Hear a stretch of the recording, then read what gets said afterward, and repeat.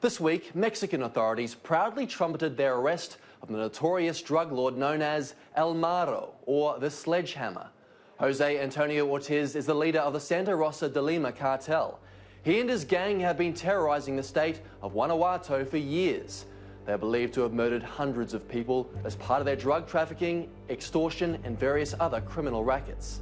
El Marro's arrest is seen by some analysts as a small victory in the larger drug war Mexico's leaders are roundly losing. More than 300,000 men, women, and children have been killed in drug-related violence in less than 15 years. Last year, around 90 were killed each day. So how can authorities turn it around? How can they end the mass death and stamp out Sledgehammer's ilk once and for all? I spoke earlier with Mike Vigil, former Chief of International Operations for the US Drug Enforcement Administration. Mike Vigil, thanks for joining Sky News Your World. Firstly, who is El Marro and how significant is his arrest?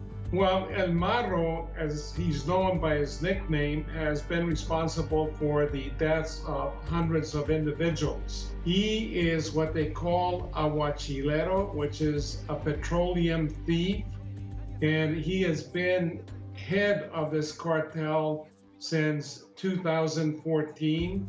He's a very violent individual, and during the course of the last year or so, he's been engaged in a death struggle with the ultra-violent and much more sophisticated cartel known as the Jalisco New Generation. So this is a great coup for Lopez Obrador, the Mexican president, but at the same time, what they've done is they've eliminated the Santa Rosa leadership and opened the door for the Jalisco New Generation cartel that is much larger, much more sophisticated, and much more violent. So I would assume that, there'll still be a large body count. And El Marro and the Jalisco New Generation cartel have turned the state of Guanajuato into the most violent state in the Republic of Mexico. And they've been averaging 10 homicides a day during the course of the last couple of years. A few months ago, we saw Mexican security forces rather embarrassingly release the son of notorious drug lord El Chapo due to the fact they were outgunned by cartel members. We've also seen pictures of cartels showing off military-grade weapons and armoured vehicles. So can you give us a sense of the state of play in the war on drugs in Mexico? How much of a handle do Mexican authorities have on the problem? Well, Mexico has become a battleground for many cartels. And I'm talking about the entire Republic of Mexico. And that release caused a lot of major problems for Mexico, simply because now the cartels know that if a member of their organization is captured, all they have to do is generate a lot of violence and the government will probably capitulate and release that individual. So we have a horrible situation in Mexico, and unfortunately the Mexican president does not want to confront these cartels in so many ways. And the only thing that these cartels understand is force.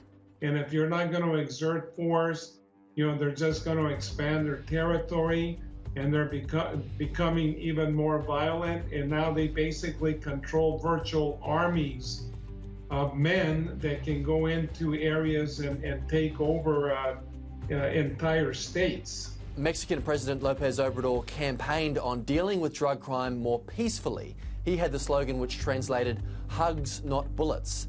Has his administration actually been much different in their approach? The president's strategy of abrazos y no balazos has basically been opined by the cartels as weakness on the part of the government. And again, they're basically doing what they want to do. There's, no adherence to the rule of law. and they operate with complete impunity. If the so-called kingpin strategy of the mid-2000s didn't work and the hugs not bullets strategy isn't working, what can be done to solve the problem? Well, I think that the United States government, along with Mexico, has to create a more comprehensive strategy in terms of combating, these cartels.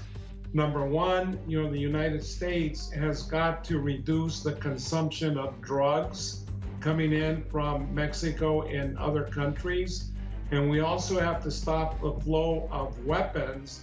At the same time, Mexico has got to revamp its judiciary because it's highly corrupt, and very few drug traffickers or criminals are prosecuted in Mexico.